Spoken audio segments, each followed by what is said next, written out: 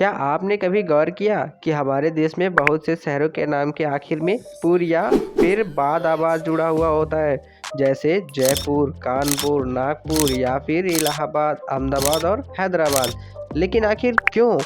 इन शब्दों का मतलब क्या है और ये नाम हमारे इतिहास के बारे में क्या बताते हैं? चलिए आज के इस रहस्य को विस्तार से समझते हैं।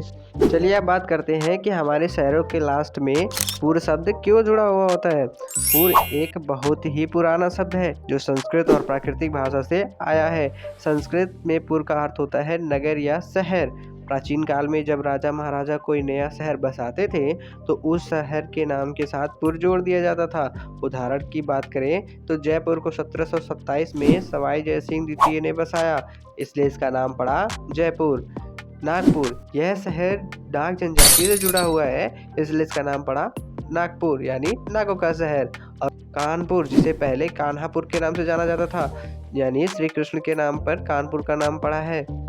यानी जहाँ भी पुर जुड़ा हुआ है, यह संकेत मिलता है कि हमारे वह जगह प्राचीन भारतीय परंपरा में बसाया गया नगर है। अब बात करते हैं और बड़े शहरों में आबाद या बाद क्यों जुड़ा होता है। यह शब्द फारसी भाषा से आया है। आबाद का अर्थ होता है बसा हुआ या बसाया गया, यानी खुशहाल जीवन प्रवृत्ति का। जब मध्यकाल में मुस्लिम शासक भारत आए तो उन्होंने कई नए शहर बसाए। उन शहरों के नाम के साथ आबाद या बाद जोड़ने की परंपरा बन गई। उदाहरण की बात करें, इलाहाबाद, अकबर ने 1583 में इस शहर का नाम रखा इलाहाबाद, जिसका अर्थ है ईश्वर द्वारा बसाया हुआ शहर। और अहमदाबाद, अहमद शाह प्रथम ने 1411 में इस शहर को बसाया, इसलिए इसका नाम पड़ा अहमदाबाद। हैदराबाद को भी इस तरह से हैदर महल और हैदर अली के नाम पर रखा गया। यानी जहाँ भी आबाद या बाद जुड़ा है वहाँ संकेत मिलता है कि वह शहर मध्यकालीन मुस्लिम शासकों द्वारा बसाया गया है। अब सोचिए, जब आप जयपुर सुनते हैं तो आपको क्या याद आता है? कि यह शहर राजपूत शासकों द्वारा बसाया गया है। और जब आप हैदराबाद सुनते हैं तो आपको क्या आता है? कि यह शहर तो मध्यकालीन मुस्लिम शासकों द्वारा बसाया गया है।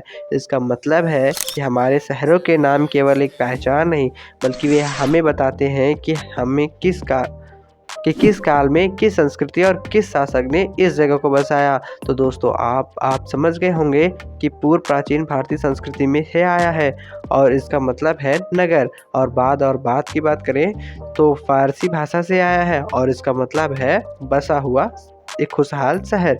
यानी हमारे शहरों के नाम सिर्फ नाम नहीं, बल्कि उनमें छिपा हुआ सदियों पुराना इतिहास और हमारी संस्कृति की कहानी भी जुड़ी हुई है। अगर आपको यह जानकारी पसंद आई तो वीडियो को लाइक ज़रूर करें, दोस्तों के साथ शेयर करें और चैनल को सब्सक्राइब करना मत भूलें। कमेंट में हमें यह भी बताएं कि आपके शहर के नाम के पीछे का इतिहास क्या छिपा है।